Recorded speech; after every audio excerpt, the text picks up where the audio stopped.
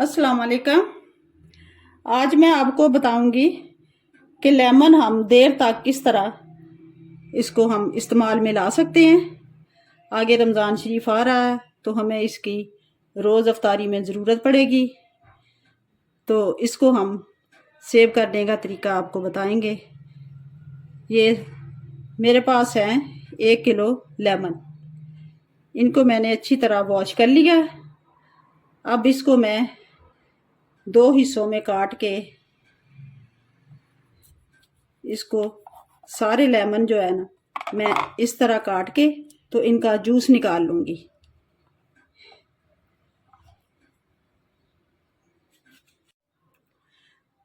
हाँ जी, ये जूस हमने निकाल दिया है लेमन का, और कुछ मैंने लेमन बचा लिए हैं। ये मैं आपको दूसरा तरीका बताऊंगी कैसे हमने इनको सेव करना है। और ये हमारे पास जूस आ गया है।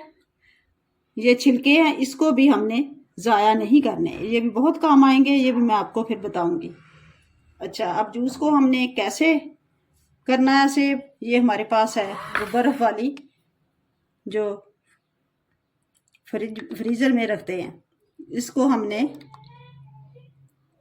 इसमें डाल लेना है। बिस्मिल्लाह। अच्छा जी, ये सारा जूस हमने इनमें डाल दिया है। इसको हम फ्रीज़र में रख देंगे। जब ये अच्छी तरह जम जाएगा फिर इसको निकाल के इनकी क्यूब्स को हम एयर टाइट जार में किसी डब्बे में डाल देंगे। जितनी भी ज़रूरत होगी आपको, एक क्यूब निकालें, आप उसकी शिकंजवी बनाएं। शिकंजवी में इस्तेमाल हो, रूह अफ़ज़ा में हो, कहीं चिकन के लिए आपको ज़रूरत हो तो आप इसमें से हस्बे ज़रूरत जितनी भी आपको ज़रूरत है वो क्यूब्स एक निकाल लें।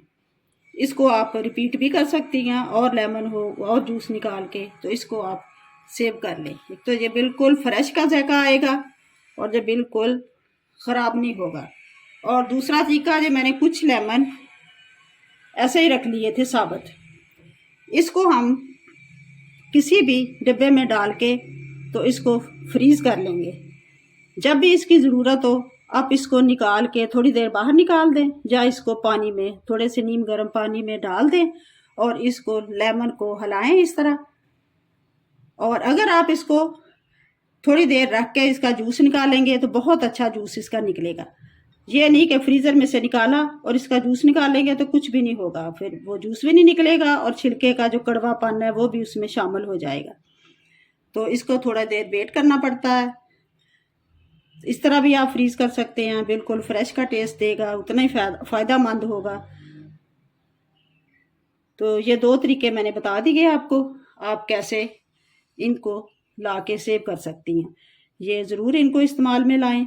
लेमन वैसे भी बहुत अच्छा होता है, आपको पता है कि रमज़ान शरीफ में तो इसकी ज़्यादा ज़रूरत होती है। तो उम्मीद है कि आप इसी तरीके से करेंगी सेव।